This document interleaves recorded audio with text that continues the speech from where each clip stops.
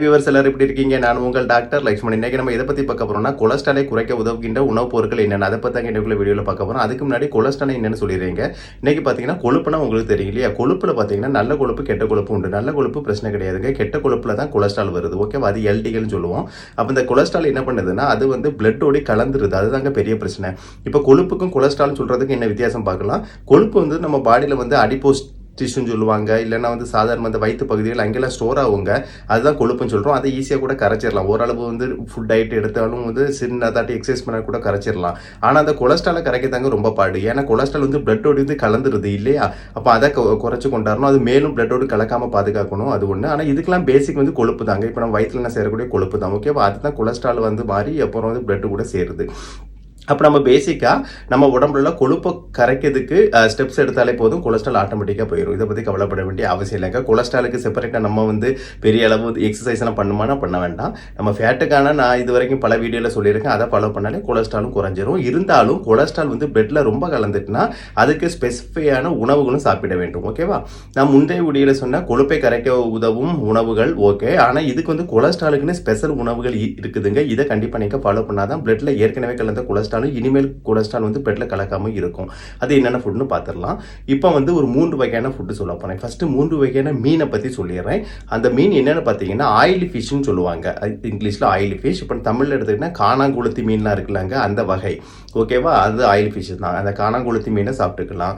அதில் omega 3 fatty acids கூடுதலாக இருக்கும். இது எல்லாமே கெட்ட கொழுப்பை கரைக்க உதவுகிறது. ஓகேவா? ஃபர்ஸ்ட் காணாங்குளத்தி மீன் வந்து சாப்பிடுங்க. அது ஈஸியாக கிடைக்கும்னு நினைக்கிறேன். அப்புறம் சூறை மீன் பற்றி கேள்விப்பட்டிருக்கீங்க. அது டூனா ஃபிஷ்னு சொல்லுவாங்க இங்கே ஃபாரின் கண்ட்ரீஸில். சூறை மீன் வந்து காமனாகவே கிடைக்கும். அது பெருசாக இருக்கும். அது நல்லா டேஸ்ட்டாக இருக்கும். இந்த மீன் குழம்புலாம் வச்சு பார்த்தீங்கன்னா டேஸ்ட்டாக இருக்கும். ஃப்ரை பண்ண நல்லா இருக்கும். அது ஒரு காமன் மீன். எல்லாத்துக்கும் நல்லா இருக்கும். ஏன்னா சில வகையான மீன்கள் வந்து குழம்புக்கு நல்லா இருக்கும், ஃப்ரைக்கு நல்லா இருக்கும்னு சொல்லுவாங்க. ஆனால் அந்த சூறை மீன் வந்து எல்லாத்துக்கும் நல்லா இருக்கும். ஆனால் சூறை மீன் ஃப்ரை பண்ணதை விட குழம்புக்கு தான் நல்லா இருக்கும். ஏன் சொல்கிறேன்னு உங்களுக்கு புரியுதா? ஏன்னா கொழுப்பு இருக்கு இது ஃப்ரை பண்ண, அதனால கொழுப்பு இருக்குனால ஃப்ரை பண்ணாதீங்க. ஆயிலில் கொழுப்பு வந்துடும். அதனால நீங்கள் என்ன பண்ணுறீங்க அப்படின்னா, ஏற்கனவே கொழுப்பு கரைக்க தான் இது யூஸ் பண்ணுறோம். அப்போ குழம்பு வச்சு சாப்பிடுங்க, ஆயிலை கம்மியாக சேர்த்து. ஓகேவா? அப்புறம் மத்தி மீன். மத்தி மீன் வந்து சாலை மீன் சொல்லுவாங்க. மத்தி மீனில் பல சத்து இருக்குங்க. எப்பவுமே பார்த்தீங்கன்னா ஒரு பெரிய மீனை விட சின்ன மீனில் தான் கால்சியம் சத்துலாம் கூடுதலாக இருக்குன்னு ஏற்கனவே சொல்லியிருக்கிறேன். ஆனால் இந்த கண்டிஷனை பொறுத்தளவில் இந்த 3 மீனுமே சாப்பிட்டுக்கலாம். ஃபர்ஸ்ட் காணாங்குளத்தி மீன் சொல்லுவாங்க, அது சாப்பிட்டுக்கலாம். அப்புறம் சூறை மீன், டூனா ஃபிஷ் சாப்பிட்டுக்கலாம். அப்புறம் வந்து மத்தி மீன் என்ற சாலை மீன். இந்த 3 மீனுமே வந்து ஒமேகா 3 ஃபேட்டி ஆசிட்ஸ் வந்து கூடுதலாக இருக்குது. இது என்ன பண்ணும் அப்படின்னா, இந்த கெட்ட கொழுப்பு அதாவது கொலஸ்ட்ரால் பிளட்ல கலந்திருக்கக்கூடிய கொலஸ்ட்ராலை கரைக்க உதவும். மேலும் கொலஸ்ட்ரால் வந்து பிளட்ல சேராமல் இருக்க உதவும். ஓகேவா? இது 3 வகையான ஃபிஷ். இதெல்லாம் நான்வெஜ் பிரியர்கள் வாங்கி சாப்பிட்டுக்கலாம். அப்போ வெஜ் பிரியர்கள் கேட்கறது எனக்கு புரியுதுங்க. அப்போ நாங்கள் என்னங்க டாக்டர் கொலஸ்ட்ராலை குறைக்க சாப்பிட்றதுன்ட்டு நான் உங்களுக்கும் சேர்த்து தாங்க சொல்கிறேன். ஃபர்ஸ்ட் இடத்துல என்ன சொல்கிறேன்னா, பீன்ஸ் சாப்பிடுங்க. ஏன்னா பீன்ஸ் வந்து ப்ரோட்டீன் டயட்னு உங்களுக்கு தெரியும். சோயா பீன்ஸ்னு ஒன்று உண்டு. ராஜ்மா பீன்ஸ்னு கேள்விப்பட்டிருப்பீங்களா? ராஜ்மா பீன்ஸுங்கிறது நார்த் இந்தியன் சைடில் கறியெல்லாம் வைப்பாங்க. அந்த மாதிரி ஒரு பீன்ஸ் தான் சாப்பிட்டுக்கோங்க. அவன் ஒன்றும் இல்லை, பச்சை பீன்ஸே போதுங்க, சோயா பீன்ஸே போதும். ஓகேவா? சோயா பீன்ஸ்லேயே நல்ல ப்ரோட்டீன் கண்டென்ட் கூடுதலாக இருக்குது. அதான் காமனாகவும் கிடைக்கும். அப்போ வந்து சோயா பீன்ஸ் வாங்கி சாப்பிட்டீங்கனாலும் உங்களுக்கு என்ன ஆகும்னா அதில் ப்ரோட்டீன் கண்டென்ட் வந்து இந்த கொலஸ்ட்ரால் கெட்ட கொலஸ்ட்ரால் வந்து குறைக்க வந்து உதவும். ஓகேவா? அப்புறம் பிராக்கோலி கேள்விப்பட்டிருக்கீங்களா? அந்த பிராக்கோலிங்கிறது ஒரு காமனான ஃபுட்டு. அது பிராக்கோலி வந்து அன்காமன் சொல்லலாம். இன்னைக்கு பார்த்தீங்கன்னா சூப்பர் மார்க்கெட்டுகளில் வந்து கிடைக்கும். ஓகேவா? அந்த பிராக்கோலி வந்து இந்த காலிஃப்ளவர் அந்த ஒரு இது வந்து வகையரா அந்த மாதிரி ஃபுட்டுகள் கூட நீங்கள் வந்து சாப்பிட்டுக்கலாம். இப்போ ஒரு பிராக்கோலி கிடைக்காதவங்க காலிஃப்ளவர் மாதிரியான ஃபுட்டுகள் வாங்கி சாப்பிட்டாலும் போதும். ஓகேவா? அதுக்கு வேண்டி கவலைப்பட வேண்டிய அவசியம் கிடையாது.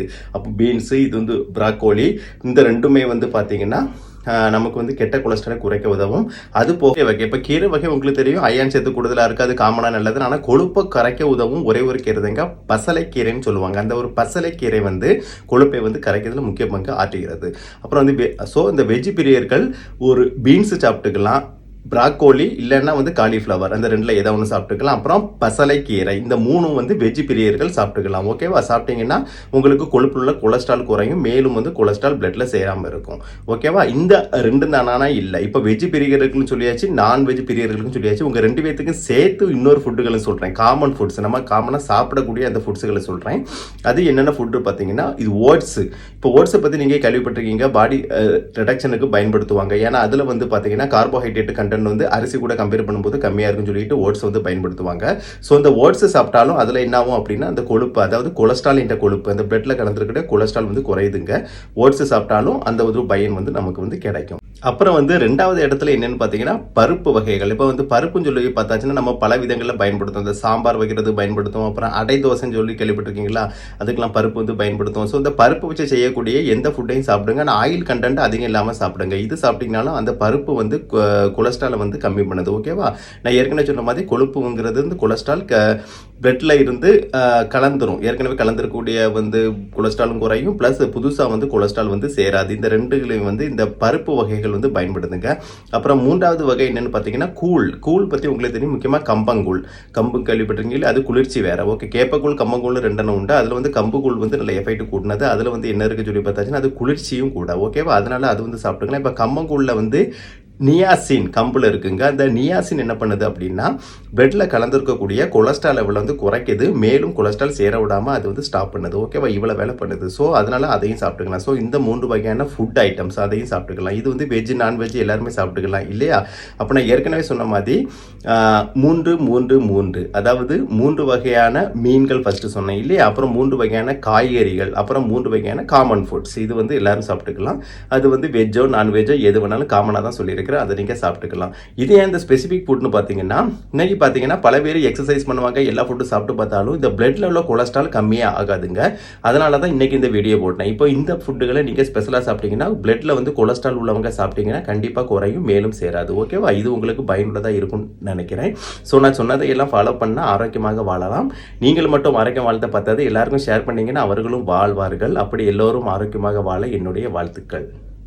இதுவரைக்கும் என்னோட சேனலை சப்ஸ்கிரைப் பண்ணுங்க. மறக்காம உங்க ஃப்ரெண்ட்ஸ் அண்ட் ரிலேட்டிவ்க்கு ஷேர் பண்ணுங்க. ஏன்னு கேட்டாச்சுன்னா இது கொலஸ்ட்ரால் பத்தி முக்கியமான வீடியோ. இன்னைக்கு எல்லாத்துக்குமே கொலஸ்ட்ரால் இருக்கு இல்லையா? அதனால எல்லாருக்கும் இது பயனுள்ளதாக இருக்கும். நீங்கள் ஷேர் பண்ணினால் மீண்டும் அடுத்த வீடியோவில் சந்திப்போம். அது வரைக்கும் பாய்.